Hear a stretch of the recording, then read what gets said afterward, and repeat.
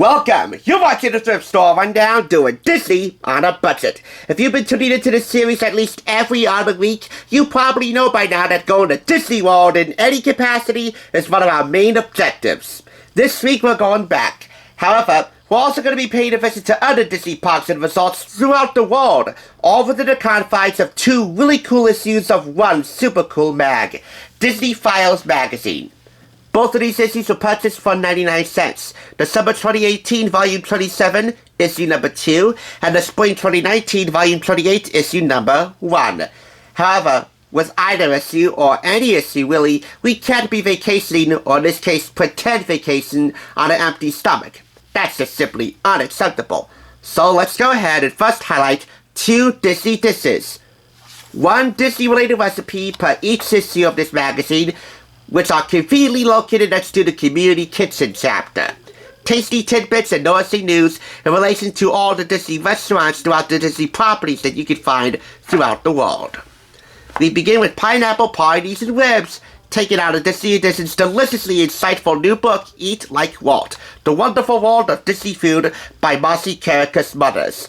This summer-friendly dish is from the Recipes of Yesteryear chapter, the recipe itself hailing out of Tahitian Terrace, along the shores of the Jungle Cruise at Adventureland at Disney Park, first opening in 1962. This will serve 4, and you can use your smartphone's QR code reader here to see the author, Marcy Carricus Mothers, discuss the book and prepare the ribs on Los Angeles KTLA television. I would assume that's the KTLA Morning News. And then for dessert, we have here an African Fruit Full. This African Fruit Full comes out of Boma, Flavors of Africa at Disney's Animal Kingdom Lodge. That'll serve 6. It's a tangy, refreshing, sweet, fruit-based dessert, which has the added benefit of being good and good for you. And check this out. In Community Kitchen at the Disney Springs at Walt Disney World Resort, we have a host of celebrity chefs fronting all the restaurant fare here. Art Smith, Rick Bayless, Masaharu Morimoto, Tony Montano. He definitely sounds like Scarface. Guy Fieri, Jose Andres, whose honest rendition of the Jaleo restaurant, or Halio, if the J is silent, fronts this issue, and Wolfgang Puck. Dude, sign me up for that. So you might expect this to be a cooking magazine, right? Well, take a look at the covers here. Slinky and Goofy. Do you think this is a cooking magazine? What this is the newest iteration of Disney Magazine that I talked about last week. The way this works is that you would sign up to become a member of the Disney Vacation Club. After you do so, you get a few of these bad boys mailed to you every season. This mainly brings you the goings-on about the latest Disney parks, attractions, rides, destinations, you name it, around the world. Disneyland, Disney World, etc. Like this, for example, here. Splitsville Luxury Lanes at Disneyland Resort and at Walt Disney World Resort. Whatever strikes your fancy. That is a 40,000 square foot bowling and dining destination in the heart of downtown Disney District at Disneyland Resort. It also can be found at Walt Disney World. Bowling and dining in the same place. Awesome! However, we also have Disney Diversions, the latest goings-on with Disney big and small screen productions. We also have Disney Heritage, some Disney history to learn about. And at the back of every issue, we have a Disney Family Album. Disney Parks Magazine readers in action at any of the Disney parks around the world, at home, or really wherever, so long as they have a Disney Parks issue in their hands. You see here, this is picture number 5. The caption for picture 5, Disney Files magazine congratulates Derek of Ontario, Canada, for marrying into our magical family by wedding Sarah, a member since 2010, as this issue hits the press. Nothing like lawfully wedded matrimony with Mickey Mouse in the middle. That's pretty neat.